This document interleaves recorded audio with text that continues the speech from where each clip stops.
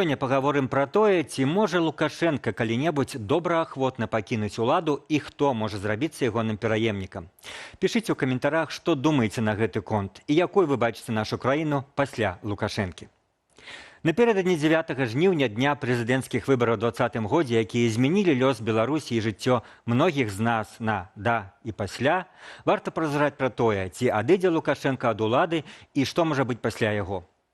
Колькі пішу пра беларускую палітыку, а гэта даволі доўга, я б сказаў, занадта доўга, столькі чую дыскусіі, калі ж адбудзецца транзіт улады і хто будзе пераемнікам дыктатара. Памятаеце, калі ў ліпені Лукашенко з'ехаў з візітам у Інданезію, то і ў медыях, і ў соцсетках пачала разганяцца тэма, што Лукашенко ўцёк, зваліў, схаваўся. Калі б была б задача толькі ў тым, каб чарговы раз павесяліцца і пасцібацца, то няхай сабе. Але ж праблема ў тым, што некаторыя людзі сапраўды вераць, што Лукашенко ў нейкі крытычны момант адразу уцячэ з краіны. І ў 2020 годзе ў гэта верылі, што, на маю думку, прынесла шмат шкоды. На пытанне, пры якіх умовах ён можа сысці з улады, Лукашенко адказаў даволі выразна яшчэ ў 96 годзе, падчас канстытуцыйнага крызісу, калі ён разагнаў парламент і тым самым фактычна ажыццявіў дзяржаўны пераварот. Я еще раз заявляю, власть, кому бы как-то не хотелось, отдана не будет. Потым, вядома, рыторыка змянілася. Ён, відаць, вырашыў, што бяспечней будзе закалыхваць людзей абяцаннямі, даваць ім надзею на лепшае, і пачаў гаварыць, як наеўся ўлады.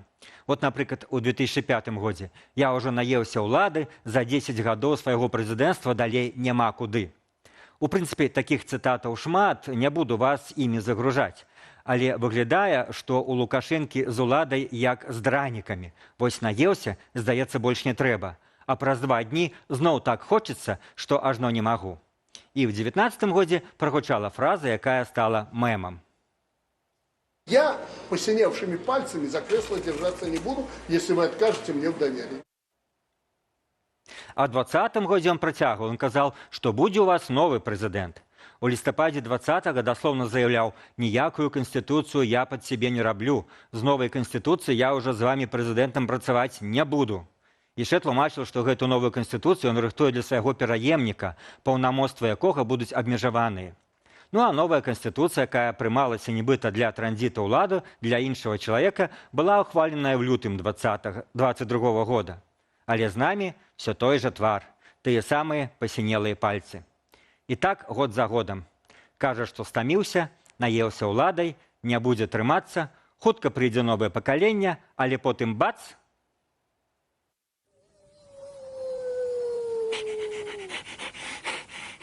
Я это... Что? Опять?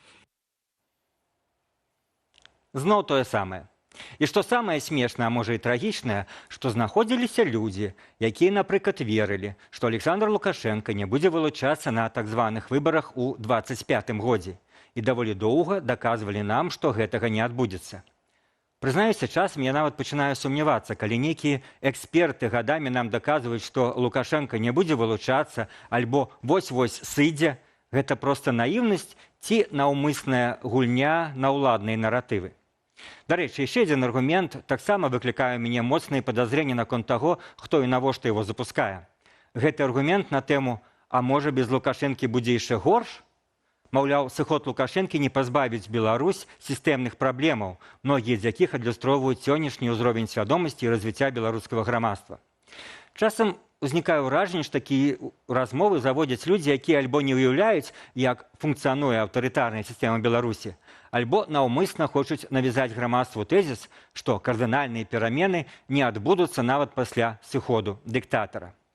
Але на самой справе Беларусі пабудаваная аўтарытарная сістэма, дзе ўсё завязана менавіта на асобе аднаго чалавека. Большасць стратэгічных і тактычных рашэнняў накіраваны найперш на інтарэсы палітычнага выжывання менавіта гэтага чалавека і мала звязаныя з інтарэсамі Беларусі. Задумайцеся, калі б кіраўнік дзяржавы сапраўды разважаў пра інтарэсы краіны, ці рабіў бы ён дзеянні, якія прывялі да грамадзянскага канфлікту, міжнародных санкцыяў, ізаляцыі, рэпрэсіяў і масавай міграцыі. Калі б інтарэсы краіны былі вышэйшыя за імкненне захаваць уладу, ён бы на гэта не пайшоў. Таму любая замена гэтага чалавека аб'ектыўна прынесе кардынальныя перамены пры любым варыянце развіцця падзеяў. Гісторыя ведае нямала прыкладаў, калі аўтарытарны рэжым трымаўся толькі на звычцы дзяржаўнай машыны выконваць любыя, часам самыя неадэкватныя пажаданні кіраўніка. Тыя, хто заяўляе, што пасля сыходу Лукашэнкі сістэма застанецца і нічога не зменіцца, проста не разумеюць, як функцыянуюць такія палітычныя рэжымы. Большасць гістарычных прыкладаў Піначэта ў Чылі, Франка ў Іспаніі, Салазара ў Партугаліі дэманструюць. Аўтарытарныя рэжымы дастаткова хутка трансфармаваліся адразу пасля адыходу кіраўніка ад улады.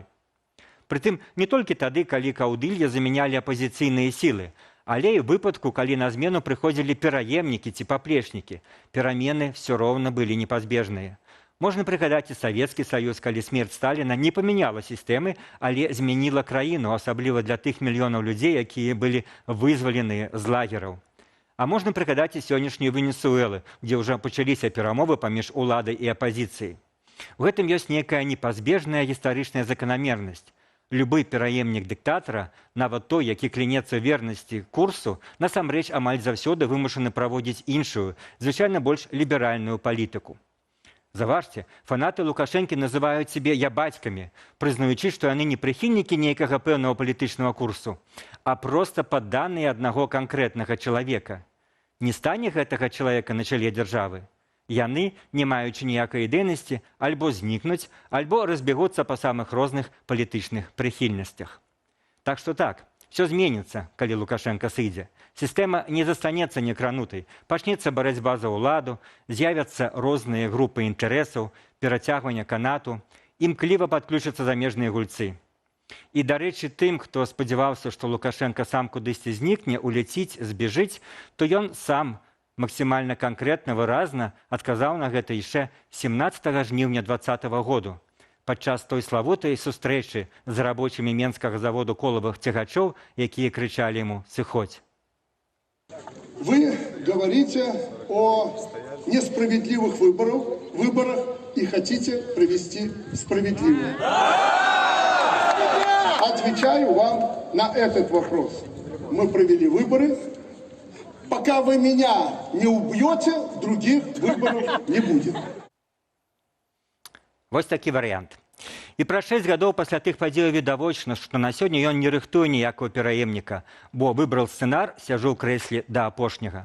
Пэўны час ён сапраўды шукал, але так не знайшоў прымальнага для сябе механізму транзіту ўладу, які б захаваў бы сістэму. Так і не знайшоў, таму вырашыў, ну халера з ім, больш не буду нічога шукаць, буду сядзець да смерці. Лукашенко не давярае нікому, нават сваім старэйшым сынам, не верыць у іх нездольнасці кіраваць краінай. Ён лічыць, што ніхто ні іншы не зможа эфектыўна ўтрымаць сістэму. Таму імкнецца да максімальна працяглага ці нават пажыццёвага захавання статусу. Так што пара б нам всім зразумець, што нікуды ён не ўцячэ. Толькі наперад нагамі ён адыдзе ад улады.